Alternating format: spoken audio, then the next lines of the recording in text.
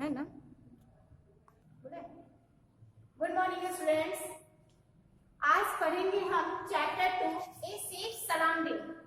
हमारे आसपास जब हम घर में होते हैं, स्कूल में होते हैं, प्लेग्राउंड में होते हैं, तो फिर हम अपने आप को सुरक्षित कैसे रखें? ऐसा कौन सा कार्य करें जिससे कि हम सुरक्षित रह सकते हैं? ध्यान रखिए, दुर्घटना तभी होती है जब कहीं ना कहीं हमारा ध्यान अपने मेन कार्य से अलग हट जाता है। Accidents happens when we stop being careful. सुरक्षा हटी तभी दुर्घटना घटती है कुछ न कुछ। Sometimes they are minor injuries. कभी कभी ऐसा होता है कि दुर्घटना से माइनर सा कुछ न कुछ नुकसान होता है, और कभी कभी ऐसा होता है कि वही छोटी सी दुर्घटना से हमारा बहुत बड़ा नुकसान हो जाता है। क्यों ना हम पहले से ही ऐसी सुरक्षा रखें जिससे कि वो दुर्घटना हो ही नहीं।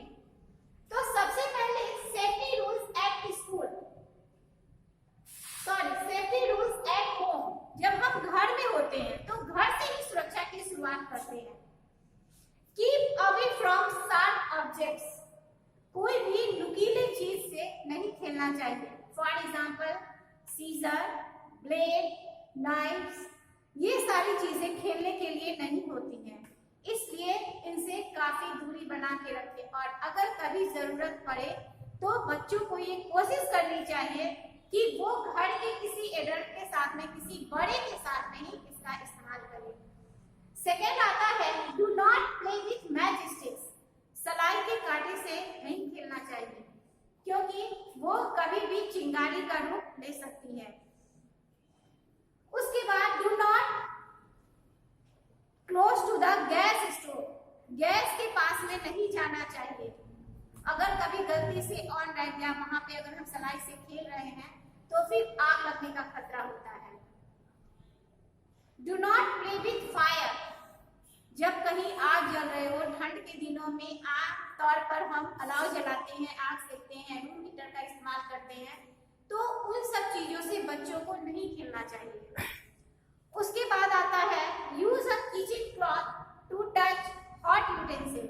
जब कोई गरम बर्तन को छूते हैं तो ध्यान रहे कि घर का जो किचन का कपड़ा होता है, कॉटन क्लॉथ होता है, किचन में कॉटन क्लॉथ का ही इस्तेमाल किया जाता है, तो जो कॉटन क्लॉथ है उससे ही गरम बर्तन को उठा के एक जगह से दूसरी जगह रखना चाहिए। उसके बाद है अवॉइड फायर क्रैकर्स। फटाका कोशिश करनी चाहिए कि अकेले में ना फोड़े, जब भी फोड़े किसी बड़े के साथ में। Always wipe hands dry before touching electric equipments. कोई भी इलेक्ट्रिक शॉक जो होता है, वहां पर इलेक्ट्रिक सॉकेट जहां लगा हो वहां पे गीले हाथों से कभी भी स्विच को ऑन ऑफ नहीं करना चाहिए। साथ ही नेक्स्ट पॉइंट में ये भी देख सकते हैं कि सॉकेट के अंदर में हाथ नहीं घुसाना चाहिए क्योंकि उसमें लगातार लाइट आता रहता है जिससे कि करंट लग सकता है। उसके बाद be exact careful while talking a bath. जब हम नहा के निकलते हैं तो फिर शरीर का पानी को बाथरूम के अंदर ही थोड़ी देर खड़ा होने, वहीं पे खड़े हो जाइए जिससे कि पानी वहीं पे नीचे गिर जाए। नहीं तो गीले पैरों से अगर हम तेजी से फ्लोर पे चल के आते हैं तो फिर पैर हमारा स्लिप कर जाता है जिससे कि हम गिर जाते हैं। उसके बाद है ask an adult for help if you can take a medicine. जब भी घर में हमारा अचानक तबीयत खराब हो, सर दर्द हो जाए, उल्टी हो जाए, पेट खराब हो जाए, हल्का बुखार हो जाए, तो कभी भी बच्चों को खुद से कोई भी दवा लेके नहीं खानी चाहिए। ध्यान रहे कि उस दवा को खाने से पहले अपने किसी बड़ों को दिखा ले, क्योंकि एक तो गलत बीमारी में गलत दवा भी हम खा सकते हैं जानकारी ना होने के कारण। दूसरी ये भी हो सकता है कि घर में रखने से कभी कभी दवा एक्सपायरी हो जाती है और उस एक्सपायरी दवा को खाने से भी हमारा नुकसान हो सकता है। A safe home, our houses protects us from strong winds.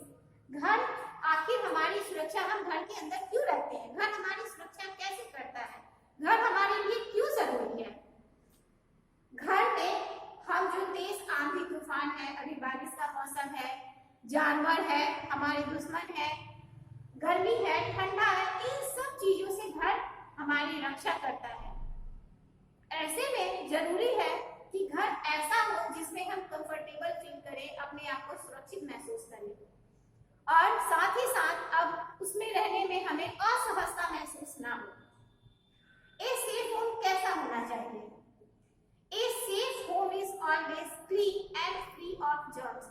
वो साफ होना चाहिए हमारा घर, और जीवाणुओं से फ्री होना चाहिए, वहां किसी भी तरह के कीटाणु जीवाणु नहीं होने चाहिए। साथ ही साथ भरपूर मात्रा में सनलाइट, सूरज की रोशनी होनी चाहिए, और ओपन डोर होना चाहिए, ओपन ग्लासेस होने चाहिए, वहां पे वेंटिलेशन की सुविधा होनी चाहिए। साथ ही exhaust fan kitchen and bathroom in the smoke out, जो भी धुआं हो किचन का, वहां किचन में एग्जॉस्ट होना चाहिए, बाथरूम में एग्जॉस्ट होना चाहिए, ताकि किचन से जो गैस निकलता है, धुआं निकलता है, वो जल्दी बाहर जा सके और बाथरूम का गंदी द्रव बाहर निकल सके। Has windows and doors covered with netting or wire mesh to keep the mosquitoes out. मच्छर से सुरक्षा के लिए मॉस्किटो नेट हमेशा पास में उपलब्ध होना चाहिए। Has a good drain system for the dirty water. गंदे पानी का कहीं भी एक अच्छे घर में जमाव नहीं होना चाहिए। Caring for your homes. आखिर हमारे घर में हमारी सुरक्षा के लिए क्या क्या होता है और कैसे अपने आप को एक घर में हम सुरक्षित रख रहे हैं वो देखेंगे। Caring for your houses and keeping a clean, it's a difficult task. एक ये बहुत बड़ा डिफिकल्ट टास्क है, जिससे कि अपने आप को हम सुरक्षित भी रहें, सेफ्टी भी रखें और हमारा घर भी साफ सुथरा लगे। इसके लिए रेगुलरली क्या करना चाहिए?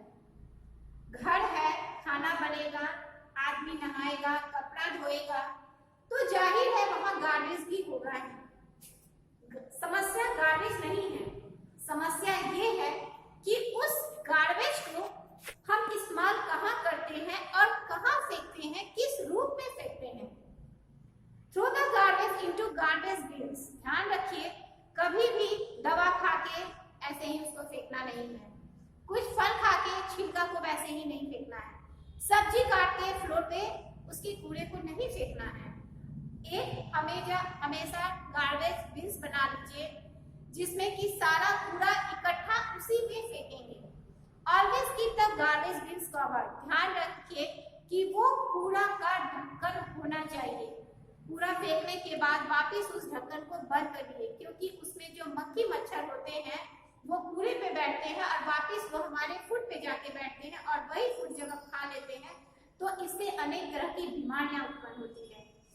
Use dispense to kill germs, washbasin and bathroom. समय समय पर फिनाइल का इस्तेमाल और भी कुछ ऐसी चीजें हो जिससे कि कीटाणु मर सके, उनका इस्तेमाल बाथरूम में और घर में पोछे के रूप में भी कर लेना चाहिए।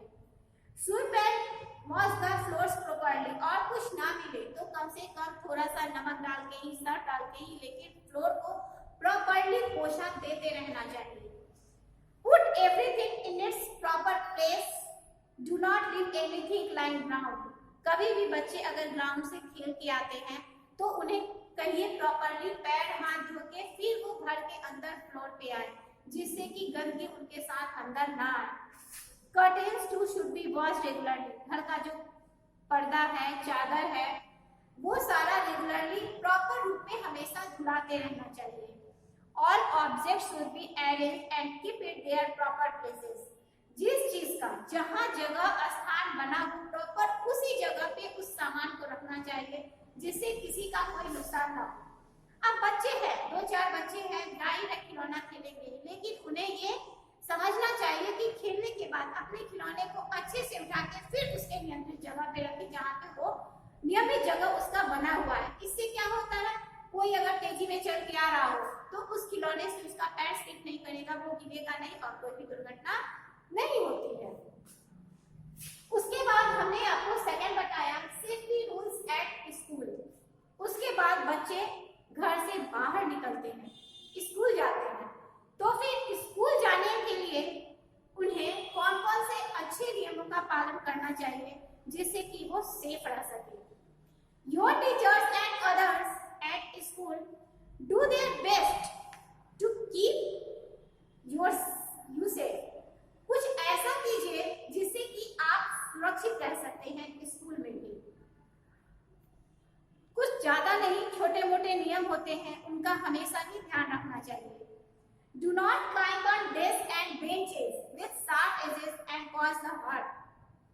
कभी भी डेस्क और बेंच के ऊपर में उछलना कूदना नहीं चाहिए, क्योंकि उसमें कील लगे होते हैं, शार्प ऑब्जेक्ट्स लगे होते हैं कील के रूप में, जो हमें चुभ सकते हैं और उससे दुर्घटना घटित हो सकती है। मतलब अगर वो, हमने पहले ही कहा, दुर्घटना छोटी या बड़ी किसी भी तरह की हो सकती है, तो उस दुर्घटना से सचेत रहना है। और सचेत रहने के लिए डेस्क बेंच पे नहीं कूदेंगे, क्योंकि अगर कील नुकीली है और कील निकली हुई है तो ध्यान रखेंगे कि वो हमें चुभ सकती है।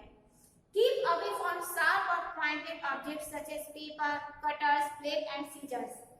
जब हम स्कूल जा रहे हैं तो जाहिर है पेंसिल, रबर, कटर ये सब हमारे पास में है। पेंसिल भी छीलने के बाद उसका नाखून एकदम पतला हो जाता है, वो किसी दूसरे बच्चे को गराना नहीं चाहिए। और साथ ही कटर में जो धारदार ब्लेड की तरह बना होता है उससे नहीं खेलना चाहिए, वो खेलने की चीजें नहीं होती हैं। Walk with a queen in a corridors. कभी भी स्कूल के गलियारे में, बालकनी में, इन सब में इधर उधर फालतू में घूमना नहीं चाहिए। Never run up down the staircase. सीढ़ी पर कभी भी दौड़ते हुए नहीं उतरना चाहिए। Do not slide down the banister. कभी भी हमें ध्यान देंगे, जब हम इधर उधर चल रहे हैं तो पंक्तिबद्ध चल रहे हैं तो एक दूसरे को धक्का नहीं देंगे। बस में चढ़ने के समय या बस से उतरने के समय लाइन में उतरेंगे और अपनी बारी का भी इंतजार करेंगे। Do not throw things at others and hurt them in any other way. जब भी हम एक दूसरे के साथ में चल रहे हैं तो समझदारी से धीरे धीरे दूरी बना के फिर से चलेंगे। कुछ ऐसी चीजें हैं जिसका ध्यान अगर हम रेगुलरली करते रहे, सोचने में उस चीज को बराबर ध्यान रखें कि ऐसा नहीं करना है,